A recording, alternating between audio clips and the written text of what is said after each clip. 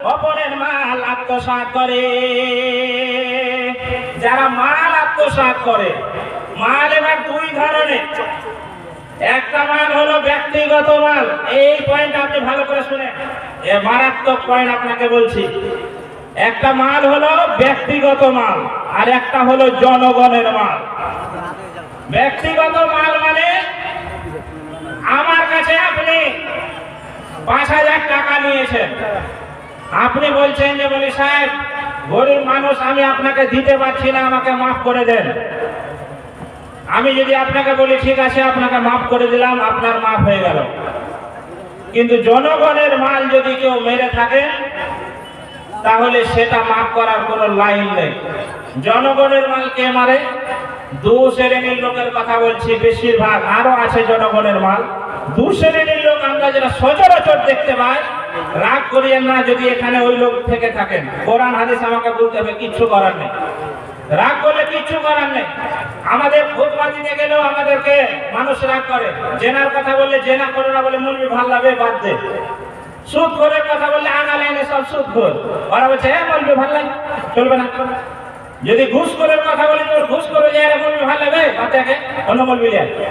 আমরা কি হরে কৃষ্ণ হরে রাম বলবো খুতবাতে চেপে? বলে না এরকম নেই। আমি 100% জোর গলায় বলে দিচ্ছি, কোন আলেম যদি কোরআন এবং হাদিস অনুযায়ী মসজিদে বক্তব্য দেয় তাহলে 6 থেকে 1 বছরের মধ্যে একটা মসজিদ চেঞ্জ করতেই হবে, কিছু করার নেই। কোন কমিটি মেনে নেবে না তাকে। আর কমিটি তো সব আল্লাহর ওলি এসছে মসজিদে। আপনাদের এদিকে মানে ভালো আছে, আমি বহরমপুরের দিকের কথা বলছি, এদিকের কয়াম বের খেতে পারবো না ভাই। বহরমপুরে দেখি সব আল্লাহর ওলি। আইরে কমিটি ফজরের নামাজে একদিনও নেই, জোহরে নেই, আসরে নেই, জুম্মার দিন এসে কোটার পয়সা গুনালে বাড়ি চলে ও গেলে মোড়ল আর ও গেলে মসজিদের সর্দার।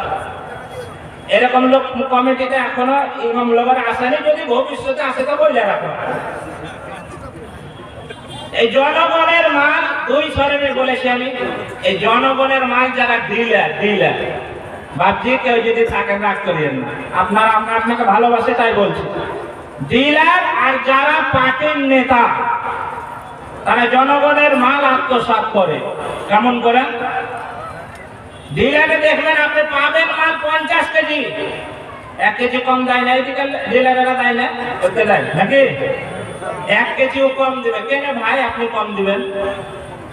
হাজারো লোক মসজিদে এসে বলছে বলি সাহেব ডিলারকে আপনার পিছনে নামাজ পড়ছে, ও যে 1 কিলো করে মাল কম দিছে। 1000 বস্তিরও মালিক, 1000 বাড়িতে ওর মাল গেছে, ওর বাড়ি থেকে ডিলারের বাড়ি থেকে 1000 পরিবারে যদি 1 কিলো করে যদি মাল কম দেয় তাহলে 1000 কেজি হয়ে গেল না? হলো না? ওইটাই যে ওরা মন থেকে আপনাকে দেয় না, আপনি জোর জবরদস্তি বলছেন যে মাপতে কম হতে পারে। কিসের কম হবে? আপনাকে সরকার দিচ্ছে তো, আপনাকে খুশি বলে দিলে আপনি নিতে পারবেন। তাই আমি চিন্তা ভাবনা করে দেখেছি, আজকে মনে করেন ডিলার সাহেব খুব বক্তব্য শুনে মনে করেন যে আজকে আমি মাপ চেয়ে এলবো জনগণের কাছে, যে গোটা ইমামনগরকে ডেকেছে। ইমামনগরের উদাহরণটা দিচ্ছি, এখানকার ডিলারের কথা বলছি না, আমি বলছি উদাহরণ দিয়ে। ধরেন গোটা ইমামনগরকে ডেকেছে, বলছে আমি এতদিন 25 বছরে ডিলারি করছি ভাই, আপনাদের 1 কিলো 1.5 কিলো করে মাল কম দিয়েছি।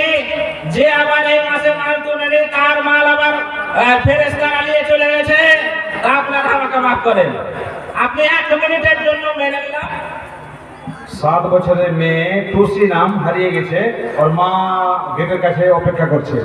7 বছরের মেয়ে টুসি নাম হারিয়ে গেছে, ওর মা গেটের কাছে অপেক্ষা করছে। কোন গেটের কাছে? ওর মাকে ধরলেছে তো, হ্যাঁ আগে ওই বাটাম ফাটাবো ধরলেছে। হ্যাঁ, বাচ্চাটাকে স্টেজে পৌঁছে দিবেন, কেউ পেলে স্টেজে পৌঁছে দিবেন। ও ছেলে নিয়েছে, ও কেউ জিলাপি পেঁয়াজি খেতে গেছে, নাহলে ও ছেলে হারাবে কেন? জি বেহাইয়া, ও ছেলে হারাচ্ছে। মেয়েরা ভালোভাবে বসে নেই, ওনাকে এগিয়ে বসতে বলা হচ্ছে। মেয়েদেরকে একটু এগিয়ে এগিয়ে বসতে বলা হচ্ছে, এগিয়ে। তো মনে করেন যে আজকে ডেকে মাপ চাইলে আপনারা মনে করেন যে আমরা সবাই মাফ করে দিল। 1 মিনিটের জন্য মনে করেন যে হ্যাঁ ডিলার সাহেবকে মাফ করে দিলাম, আমাদের কোনো দাবি দাবা নেই। কিন্তু 25 বছর থেকে ও ডিলারি করছে, 25 বছরের লোক মরেনি, মামলা করে মরেনি লোক। কবরে যে মাপ দিতে হবে, ও মাপ দিবে। তার মানে ওই ডিলার ধরা খেয়ে বসে আছে জাহান্নামের সাইডে, ও ঢুকে বসে আছে অলরেডি। আপনার যদি রাগ হয় তো কিছু করার নেই, আমি আগে বলেছি। এই যে মাল আত্মসাৎ করলেন, এটা আল্লাহ জীবনে আপনি যদি কাবা শরীফের গেলাপ ধরে বলেন আল্লাহ 25 বছর ডিলারি করার পর আমি মানুষের 1 কিলো করে মাল কম দিয়েছি, আল্লাহ তুমি আমাকে মাফ করো, আল্লাহ আপনাকে ওই গুনাহ মাফ করবে না। যতক্ষণ পর্যন্ত তাদের জনগণ আপনাকে মাফ না করবে ততক্ষণ মাফ হবে না। যারা মরে গেছে তারা মাফ করবে না, আর কিয়ামতের মাঠে মাফ করার কোনো সিস্টেমই নেই। ও তুলেই দিবে আল্লাহ, নেকি দাও আর গুনাহ নিয়ে তুমি জাহান্নামে যাও। তো সাবধান হয়ে যান, এখনো সময় আছে। তাহলে সবাই তো দেখতে পাচ্ছি না সামনে, কবরওয়ালারা মাফ করবে। আর নাম্বার 2, যারা এই রাস্তার কাজ করে, নেতা টাইপের লোক, কন্ট্রাক্ট নেই, যারা এই রাস্তাতে শুনলো যে 22 লাখ টাকা বাজেট হয়েছে, রাস্তায় যারা কাজ করতেছে, ভাই টাকা কাজ করছেন আপনারা, বলছে আপনাকে 4 লাখ টাকা ঠিকে দিয়েছে। 4 লাখ টাকা 22 লাখ টাকা টেন্ডার এসে 18 লাখ টাকা উপরওয়ালা ফেললে, এরকম এদিকে রাস্তাটা হয় না। এটা জনগণের মাল নয়, এটা কার মাল? এটা জনগণের নয়, আমার আপনার নয়। তাহলে ও যে 18 লাখ টাকা আজকে উপরওয়ালা ফেললে বলে ও ফেললে, ও পার পেয়ে যাবে? কত লোক মরেছে ওগুলোর কাছে মাপ দিতে পারবে? ওদের জাহান্নামে সাইরে ঢুকে বসে আছে। আরো আরেকটা উদাহরণ আপনাকে দিই, কারেন্ট চলছে, কারেন্ট আপনাদের দিকে কারেন্ট চলছে দেখছেন, প্রত্যেক বাড়িতে মিটার আছে নেই? 3 মাস পর 3000, 4000, 5000 টাকা করে বিল আসে না? আসে না? আসে। আবার অনেক জনা হোকে চালায় লাইন, হোকে চালায় না? হোকে লাইন চালায় কি চালায় না? এই হোকে, এই কারেন্টটা কি সরকারের বাপে না আমাদের ট্যাক্সের টাকাতে কারেন্ট চলছে? মানে গোটা ভারতবর্ষের মানুষের ট্যাক্সের টাকাতে কারেন্ট চলছে। মানে গোটা ভারতবর্ষের লোকের কাছে যারা কারেন্ট চুরি করে চালাচ্ছেন বাড়িতে, কত মানুষ আছে এই রমজান মাসে এলে তো ও আল্লাহ মানে ইমানি জোশ বাড়বে কয়েকদিন পর মানুষের। তাহাজ্জুদের নামাজ চালু করেছে, আর এদিকে ওর মিটার চলে না, ও হোকে লাইন দিয়েছে। তোমার নামাজ ওই মাথার উপরে উঠবে না বাপজি। ফ্রিজে ঠান্ডা ভরে রেখেছে, ও মিটার না চালিয়ে হোকে যে ইফতারি করছে, বলে না হবে? শোনা, আপনি মনে করবেন যে আমার সাহেব ভুল ভাল বলছে, ওই ইফতারিকে আপনার রোজা কবুল হবে? জি, কারেন্ট চুরি করছেন, কার কাছে মাপ নেবেন? আজকে 10 বছর কারেন্ট চুরি করছে, যারা মরে গেছে ওরা মাপ দিবে আপনাকে? মানে আপনি ধরা খেয়ে বসে আছেন, আপনি ধরা খেয়ে বসে আছেন, জাহান্নামে সাইড আপনাকে ঢুকতেই হবে। নাম্বার 4, আল্লাহ রাব্বুল আলামিন বলছেন, যারা কিয়ামতকে বিশ্বাস করে না তাদেরকে জাহান্নামে সাইড়ে দেওয়া হবে। আপনাকে যদি জিজ্ঞেস করা হয় কিয়ামতকে কে অবিশ্বাস করেন, হাত তুলেন তো। একটা লোক হাত তুলবেন? সবাই আমরা বিশ্বাস করি না? করি না? মুখ খুলে না দেখুন, বলে না রে থাকবে। এত ঠিক লোক ফাটিয়ে ফেলে দেবেন যে না রে থাকবে। এবার বুঝা যাচ্ছে যে হ্যাঁ মহফিলে লোক আছে, ভিপি ভাইয়ের কাছে আছে, ওরা কাঁপবে যে নেবে মুখ যাচ্ছে চর্চা হচ্ছে, এবার জোরে বলবেন। তাহলে আপনার কিয়ামতকে কেউ অবিশ্বাস করে এরকম লোক আছে? কেউ নেই।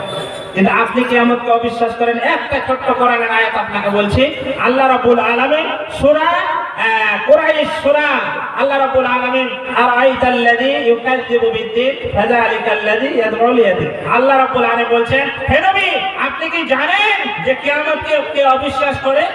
বলছে না, আমার আশপাশের লোক সব কিয়ামতকে বিশ্বাস করে। তা আল্লাহ তারপরে কয়েকটা কথা বলার পর লাস্টের দিকের কথাটা আপনাকে বলছি যে তারা কিয়ামতকে অস্বীকার করে, কিয়ামতকে বিশ্বাস করে না, যারা আল্লাযীনা হুম আন সালাতিহিম সাহুন আল্লাযীনা হুম ইউরাউনা ওয়া ইয়ামনাউনাল মাউন। এই আয়াত আপনি পড়বেন, অনেকের মুখস্থ আছে। আল্লাহ বলছেন যারা নিত্য প্রয়োজনীয় জিনিস বাড়ির পাশের লোক চাইতে এলো কিন্তু দিল না, নিত্য প্রয়োজনীয় জিনিস মা বোনদের কাছে বেশি হয়। বাবু লবণটা শেষ হয়ে গেল, নুনটা দাও তো। নুন শেষ হয়ে গেছে বাবু আজকে, আর এই ঝিওর আমি নতুন প্যাকেট এনে দিয়েছে, বলছে নুন শেষ হয়ে গেছে বাবু। দাইজি অনেক ব্রিটিশ আছে। আরেকজনের কাছে রসুন বাবু শেষ হয়ে গেল, একটু দাও তো। রসুন 500 কিনে এনেছে স্বামীটা সকালে, বলছে বাবু আমার তো শেষ হয়ে গেল।